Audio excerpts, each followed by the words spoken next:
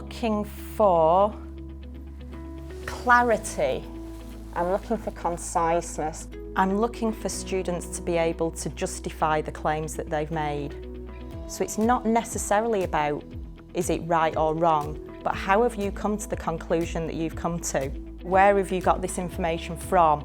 And to be able to explain using other people's research and maybe other constructs, theories, concepts. What am I looking for in students' work? I'm looking for integrity, and I'm looking for a level of understanding in terms of the justification for the explanations that the students have got using empirical research and using other theories, because that's the way that their students are knitting together, weaving together the knowledge that they've got from the theories or from the concepts that they've learnt in class together with the findings from the research studies, and then putting it together.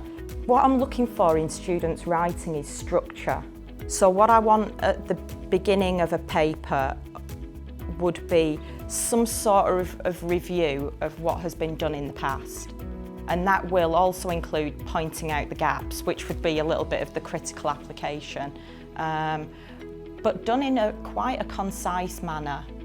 And that takes work. That's quite an art. We can all write 10,000 words if we've got enough energy in our arms to do that. But to be able to explain in quite a concise, in a few thousand words, I think takes quite some skill and a level of understanding of the work that you're reviewing as well. Structure is something that I absolutely look for. So in an academic paper, in an empirical study, you would have an introduction, a methods section, and then a results section, and then the discussion. So in the introduction, I would like to see a review, a conceptual or a theoretical framework. So that will include either a review of the theory or a review of the concept. What has been done in that field? What are the main theories or concepts that you're going to be using for your study? They need to be reviewed first. Where are those gaps? Are there any gaps?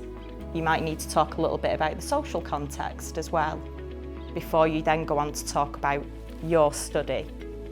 You might have some research questions for your study. What I'm looking for in the results section is to follow that consistency. So what were your research questions and what order did you present them in? Or what order did you present those hypotheses in? Because I want the results presented in that order and then the discussion in that order.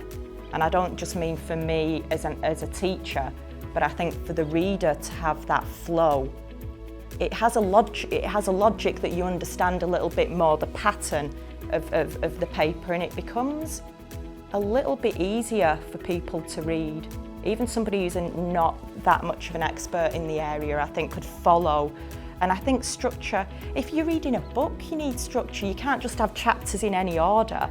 It's got to follow a flow logically somehow. And we absolutely, even if I'm writing a paper in psychology, I'm still trying to tell a story.